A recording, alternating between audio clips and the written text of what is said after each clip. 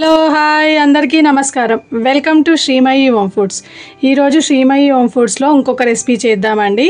అదేంటంటే onion rice. మనకు curry ఏం చేయడానికి టైం లేనప్పుడు, ఇంట్రెస్ట్ లేనప్పుడు ఇలా సింపుల్గా ఆనియన్ రైస్ చేసుకుంటే చాలా టేస్టీగా బాగుంటుంది. దీనిలో అన్ని మసాలాలు కూడా వేసుకుంటే ఇంకా సూపర్గా టేస్ట్ బాగుంటుందండి. సో ఇప్పుడు దానికి ఏమేమి ఐటమ్స్ అవసరం అంటే కొత్తిమీర, పచ్చిమిర్చి, ఆనియన్ కొద్దిగా ఎక్కువనే చిన్న చిన్న ముక్కలుగా కట్ చేసుకోవాలి, కరివేపాకు, అల్లం వెల్లిగడ్డ పేస్ట్, ఆయిల్, పోపు దినుసులు, కారం, ఉప్పు ఇవన్నీ తీసుకోవాలి. మీ రైస్ క్వాంటిటీకి తగ్గట్టుగా ఆయిల్ వేసుకోవాలండి. నేనైతే ఒక 2 టేబుల్ స్పూన్స్ ఆయిల్ వేసుకున్నాను. ఇప్పుడు ఆయిల్ హీట్ ఎక్కిన తర్వాత మిగతా ప్రాసెస్ చూద్దాం. ఇప్పుడు ఆయిల్ హీట్ ఎక్కిందండి. ఇందులో కొన్ని హోల్ స్పైసెస్ వేసుకుంటున్నాను.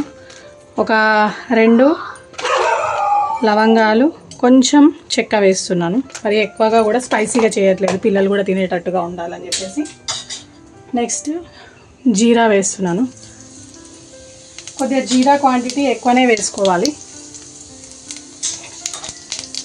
నెక్స్ట్ కొద్దిగా ఆవాలు. ఇప్పుడు మనం కట్ చేసి పెట్టుకున్న కరివేపాకు, పచ్చిమిర్చి అండ్ ఆనియన్, తర్వాత కొన్ని పచ్చి వెల్లుల్లిపాయలు పచ్చలాగా దంచుకున్నానండి, అవి కూడా వేసుకుంటున్నాను. ఈ వెల్లుల్లిపాయలు వేయడం వల్ల మంచి ఫ్లేవర్ వస్తుంది రైస్కి అండ్ టేస్ట్ కూడా బాగుంటుంది. ఇప్పుడు మనం కొత్తిమీర కట్ చేసుకున్నాం కదా, అది కూడా వేసేసుకోవాలండి. కొద్దిగా కొత్తిమీర ఫ్రై అవుతే ఆ రైస్కి మంచి ఫ్లేవర్ అనేది టేస్ట్ అనేది కూడా వస్తుంది. ఆనియన్స్ మంచిగా ఫ్రై చేసుకోవాలండి, అలా అయితేనే మనకు మంచి ఫ్లేవర్ అనేది వస్తుంది. ఇప్పుడు కొద్దిగా అల్లం వెల్లిగడ్డ పేస్ట్ వేద్దాం. అంటే ఒక టేబుల్ స్పూన్, కొంచెం మసాలా రైస్ లాగా చేస్తున్నాం కాబట్టి అల్లం వెల్లిగడ్డ పేస్ట్ ఎక్కువ వేస్తున్నాను. సో ఇది కూడా పచ్చి వాసన పోయేంత వరకు ఫ్రై చేసుకోవాలి. ఇప్పుడు టేస్ట్కి తగ్గట్టుగా కారం నేను ఒక 1 టేబుల్ స్పూన్ వేస్తున్నాను. కొద్దిగా స్పైసీగానే చేస్తున్నానండి. Next salt 1.5 table spoon. Next ఇందులోనే ధనియాల పొడి కూడా వేసుకోవాలి.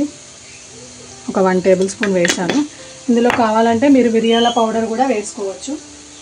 ఇంకా ఒక పించ్ గరం మసాలా వేస్తున్నాను నేను.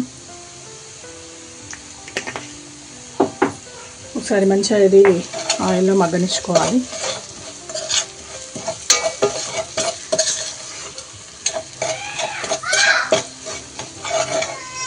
ఇందులో ఒక 1/2 టేబుల్ స్పూన్ పసుపు కూడా వేస్తున్నానండి. కారం ఇదంతా మంచిగా మగ్గిపోయింది. ఇప్పుడు రైస్ నేను ముందుగానే వండి పెట్టుకున్నానండి. ఆ రైస్ డైరెక్ట్గా దీనిలో వేసుకుంటున్నాను. వేసుకొని ఒక్కసారి మంచిగా కలిపేసుకుంటే సరిపోతుంది. ఇది రైస్ కూడా వేడి రైస్ అండి, సో హీట్ అవ్వాల్సిన పని కూడా ఏం లేదు.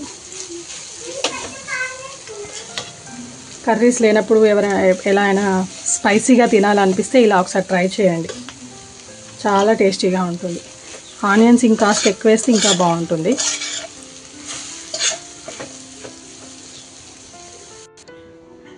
మంచిగా కలిసిపోయిందండి, అంతా కలిపేసుకున్నాను. ఇప్పుడు స్టవ్ కూడా ఆఫ్ చేశాను నేను. ఎంతో టేస్టీగా మసాలా ఆనియన్ రైస్ రెడీ అయింది. మీరు కూడా ఒకసారి ఇలా ట్రై చేయండి, చాలా బాగుంటుంది. ఈ వీడియో కనుక మీకు నచ్చినట్టయితే లైక్ చేయండి, షేర్ చేయండి. మరిన్ని వీడియోస్ కోసం మా ఛానల్ సబ్స్క్రైబ్ చేసుకోండి. Thank you for watching.